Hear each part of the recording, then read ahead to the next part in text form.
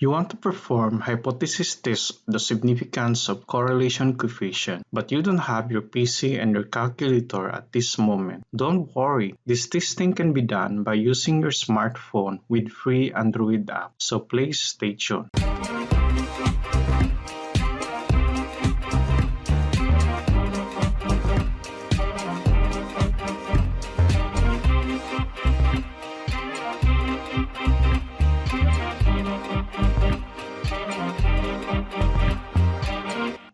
We will use a free app called Stats Tester. There are two tabs, parametric and non-parametric. Under parametric, choose number 10, Person Correlation Coefficient Linear Regression. What you see is data previously tested. Click Clear to erase the data.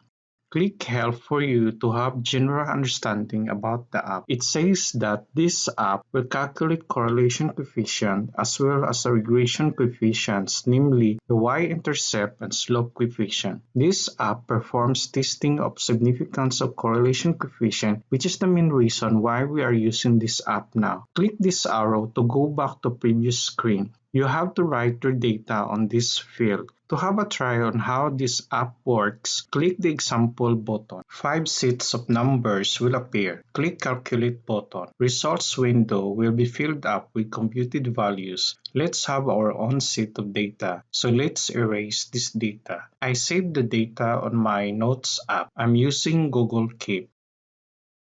Select the 12 sets of data.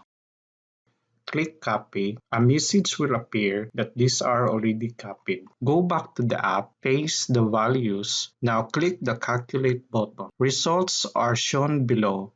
These are the 12 pairs of data. Our sample size is 12. This is the correlation coefficient. These are the regression coefficients, which are A or the y-intercept and B the slope coefficient. The coefficient of determination is also shown here. And finally, the result of our hypothesis testing. Our null hypothesis is the population correlation coefficient is not significantly different from 0, or the correlation in the population is 0. The t-statistic is 7.367. That value is computed using this formula. It is computed as correlation coefficient of 0.918920 shown in the result window, multiplied by square root of degrees of freedom, which is the sample size of 12 minus 2 equals 10, shown on this result window, divided by square root of 1 minus squared correlation coefficient. Using this app, you don't have to do this calculation. T-statistic will be compared to the critical values.